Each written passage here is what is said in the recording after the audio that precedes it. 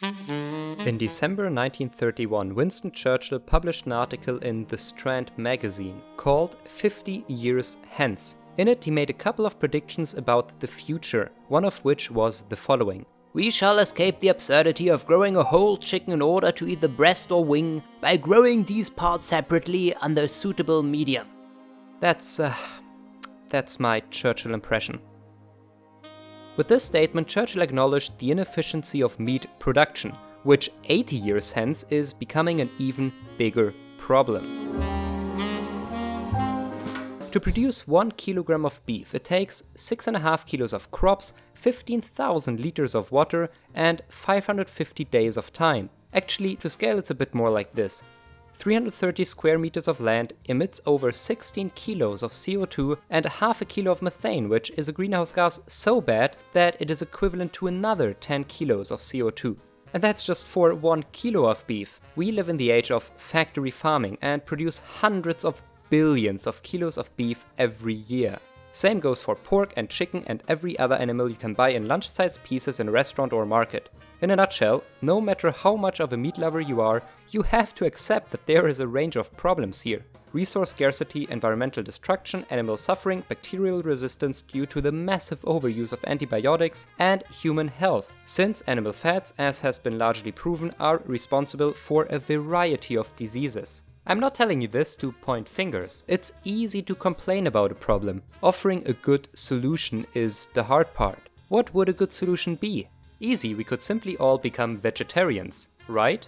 No, that's a crappy solution. It's like saying, just stop driving cars, everybody. We have to accept that many people just like meat. While I really try my best to mostly eat vegetarian, I know that for many people this lifestyle is anywhere between "I'm not sure I could do it" and "you damn vegetarians are eating my food's food."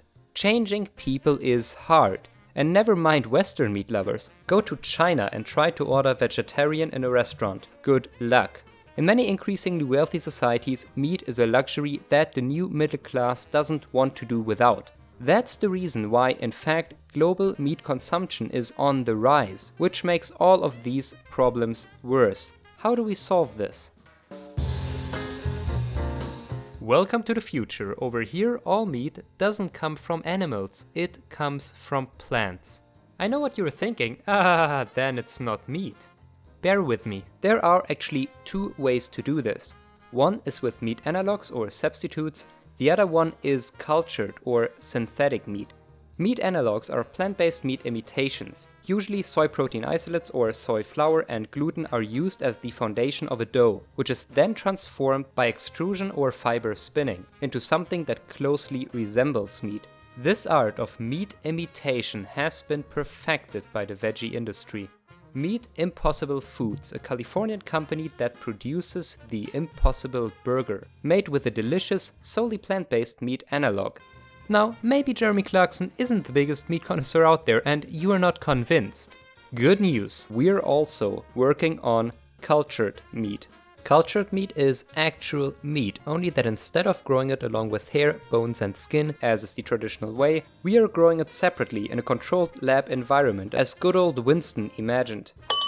In a simplified way, we start out with a few animal stem cells, which we then grow into full-out muscle tissue by providing all the proteins it needs to eventually get us our steak. In fact, theoretically, the most perfect steak you've ever tasted, because we can control every aspect of it, from nutrition to growth speed and even movement by periodically stretching it in just the right way. And we only need to take the stem cells once, and from then on we can produce cultured meat indefinitely with a fraction of the resources of traditional meat production, and pretty much none of the problems. For example, in a perfect lab environment there's no need for antibiotics, one of the biggest problems in factory farming today. Unfortunately, cultured meat is not mass market ready yet. While there are certainly a few great companies working on it, we will still take a few more years until this can economically compete with that for a contract with them. But it will, eventually. To some of you this might sound a bit creepy or unnatural, but if you think about it, so is factory farming, while also being much more cruel. Possibly we will one day look back on factory farming the same way we look back on slavery today. It's an awful thing that we accept it because we are used to it and there's a huge economy built around it. But as technology is providing us with better ways to do things, whichever way we go, meat has to change.